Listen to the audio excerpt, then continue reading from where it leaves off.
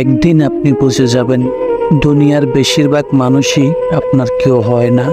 একদিন জেনে যাবেন যাদের পেছনে বছরের পর বছর কষ্ট করে যাচ্ছেন, দিনের পর দিন স্যাক্রিফাইস করে যাচ্ছেন, তাদের বেশিরভাগই আপনার জন্য ছিটে ফোটাও স্যাক্রিফাইস করার মানুষ নন। আপনি নিজে ছাড়া বাকিদের মধ্যে খুব কমই আপনার আপনজন হয়।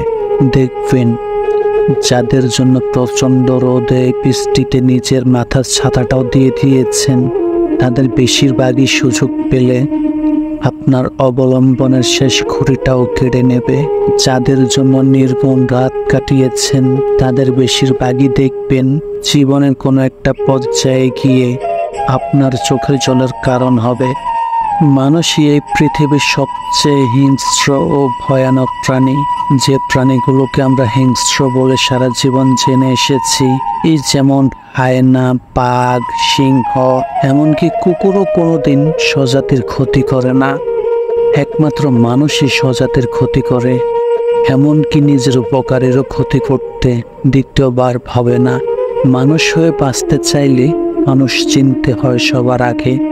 এই যে দিনের পর দিন, বছরের পর বছর কিছু মানুষের জন্য নিজের সব সুখ বিসর্জন দিয়ে চলেছেন, আপনার বিপদে ওরা কখনো পাশে দাঁড়ায় কি? আপনার মন খারাপ হলে আদৌ তাদের কিছু আসে যায় কি? ওদের মনের মতো করে না চললে আপনার খাবে আপনারই পড়বে। তারপরও ওদের কাছে আশ্রয় মিলে কি?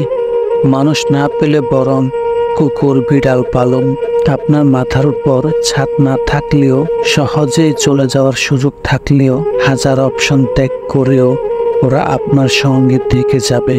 কিন্তু মানুষ চলে যায়, সত্যি ভুলে যায়। মানুষ বড় বেঈমান, অকৃতজ্ঞ, এক আজব প্রাণী।